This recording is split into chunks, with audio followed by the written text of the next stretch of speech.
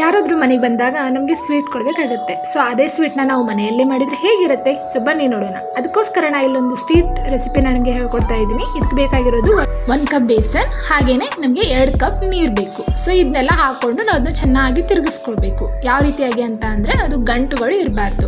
ಆ ರೀತಿಯಾಗಿ ತಿರುಗಿಸ್ಕೊಂಡಾದ್ಮೇಲೆ ನಮ್ಮ ಮಿಕ್ಸರಲ್ಲಿ ರೆಡಿ ಆಯಿತು. ಅದೇ ರೀತಿಯಾಗಿ ಇಲ್ಲಿ ಇನ್ನೊಂದು ಬಾಣಲೆಗೆ ನಾವು 1.5 ಕಪ್ನಷ್ಟು ಶುಗರ್ ಮತ್ತು 1 ಕಪ್ನಷ್ಟು ನೀರನ್ನು ಹಾಕಿ ಅದನ್ನು ಕೂಡ ಚೆನ್ನಾಗಿ ಕುದಿಸ್ಕೋಬೇಕು. ಅದರಲ್ಲಿ ನೀವು ಕೇಸರ ಹಾಕಿ, ಇಲ್ಲಾಂದರೆ ವೆಲ್ಚಿ ಆದರೂ ಹಾಕಿ, ಎರಡನ್ನೂ ಹಾಕಿ ಕುದಿಸ್ಕೊಳ್ಳಿ.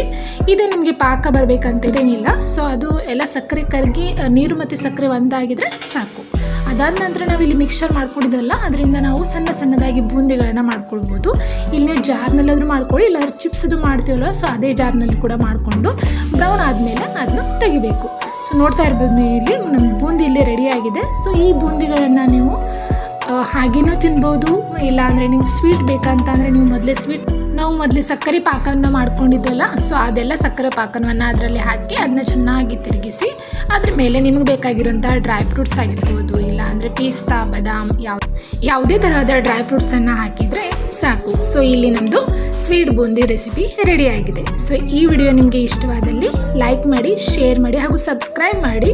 ಹಾಗೆಯೇ ಇದರ ಡೀಟೇಲ್ ವಿಡಿಯೋ ನಿಮಗೆ ಬೇಕಾದಲ್ಲಿ ಆಲ್ರೆಡಿ ಲಾಂಗ್ ವಿಡಿಯೋ ಶೇರ್ ಆಗಿದೆ. ಸೊ ಒಂದ್ಸಲ ವಾಚ್ ಮಾಡಿ. ಬಾಯ್, ಟೇಕ್ ಕೇರ್.